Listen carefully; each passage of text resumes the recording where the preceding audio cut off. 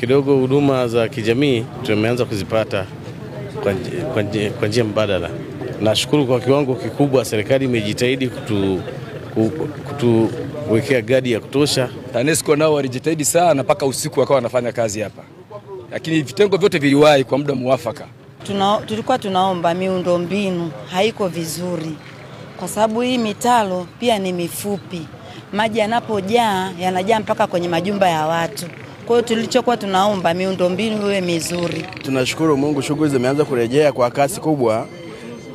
Kikubwa ni serikali ya mkoa na kamati yake. Tunaishukuru kwa kuweza kupambania hili swala hadi kufika sisi hapa kutoka majumbani kuja kupambania familia zetu. Kwa kweli tunaishukuru serikali. Kwa tuko sasa hivi tunaendelea kufanya tathmini na kuangalia hali inavyoendelea kwenye kurestore hali ilivyokuwa awali. Kwa hiyo kama kuna changamoto mtujulishe, watakuwa wanapita na kamati yangu hii nayo inapita. Tulitarajia taasisi ya serikali hii as we speak hapa watu wanafanya kazi ya kubadilisha hizi infrastructures. Ni gharama ndogo sana mavio haya. Wenyewe hamjapata madhara makubwa kama wananchi.